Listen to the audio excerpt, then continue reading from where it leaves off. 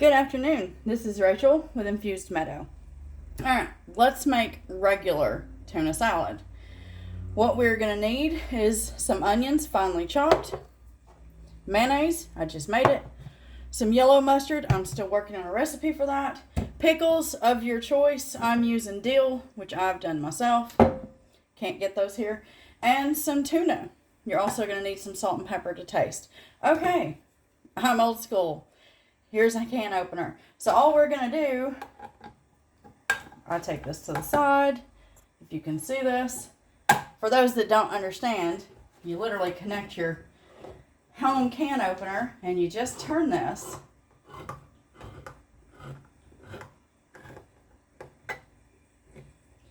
And it works that can for you. Same thing again. I also wipe my cans.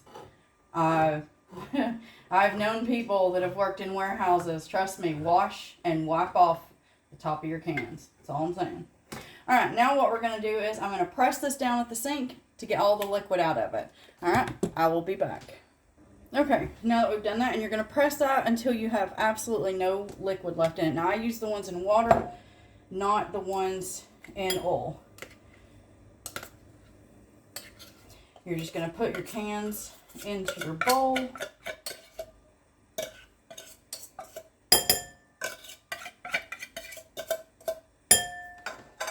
if you don't want your trash stinking, make sure you rinse these out very, very well. Or else between now and the time you take that trash off, you're going to have a smell. It's tuna. just for those that are just learning.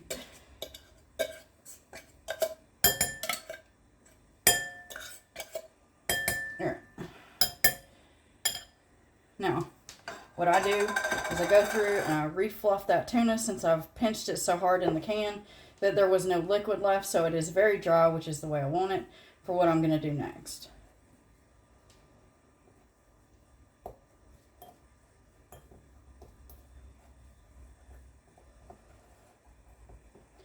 Alright, so I've fluffed it. I've gotten everything broken up nicely.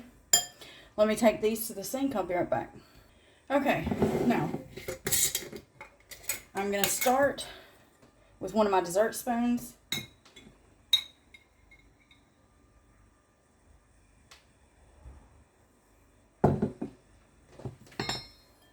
One spoon of whatever pickles you're using, you want a spoon of that liquid in there.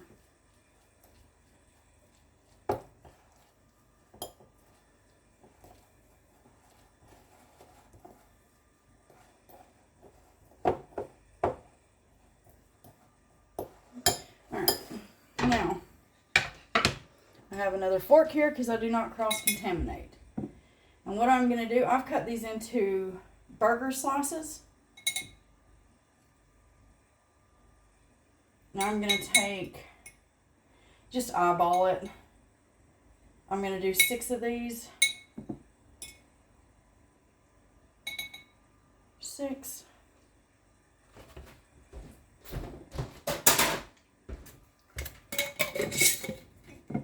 Close your jar. You want to cut these up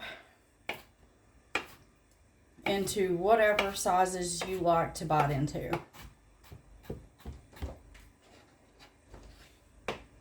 This is just my little chopping board. Comes in handy for small jobs.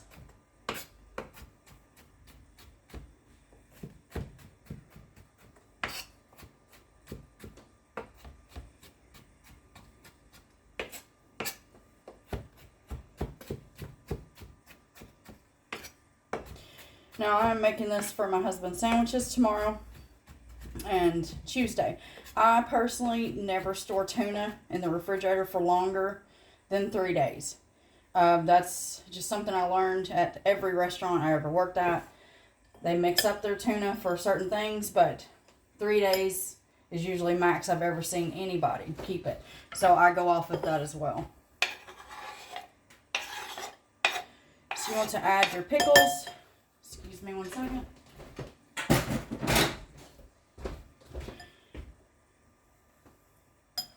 We're going to add onion. I like to do roughly 1/4 cup, but if you don't like onion quite as much, don't add as much. This is one of those recipes that isn't a recipe because it's going to go off of your preferences. I like to give this a good stir.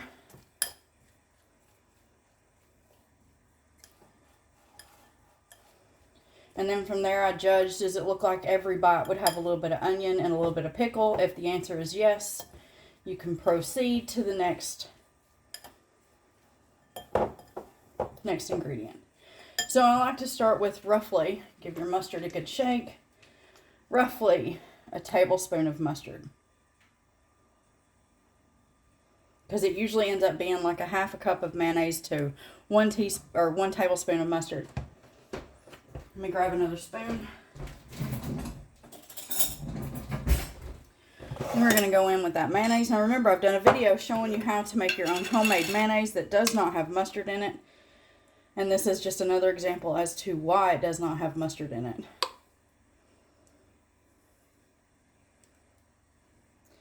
Because if you're using mustard in a recipe, you don't want to turn around and have something that's overly powerful with mustard. All because mustard's already in that mayonnaise that you're using.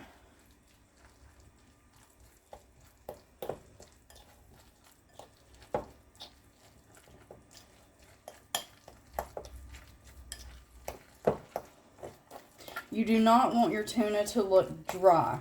So if it looks dry, add more mayonnaise and a little bit more mustard. Because if it's dry now, it's really going to be dry when you put it on crackers or on sandwiches. Tuna is really good at absorbing the liquid that it's in, kind of like rice and pasta.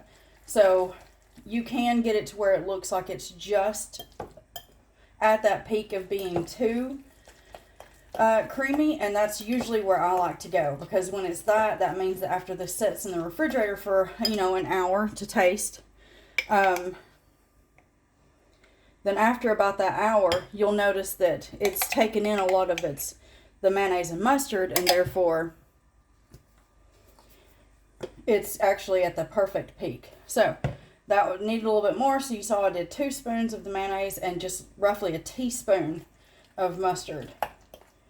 Now I'm using yellow mustard because I find that it blends very well with the mayonnaise and the tuna. But if you like the fancier mustards, the Dijons, the stone ground, you can try that in this.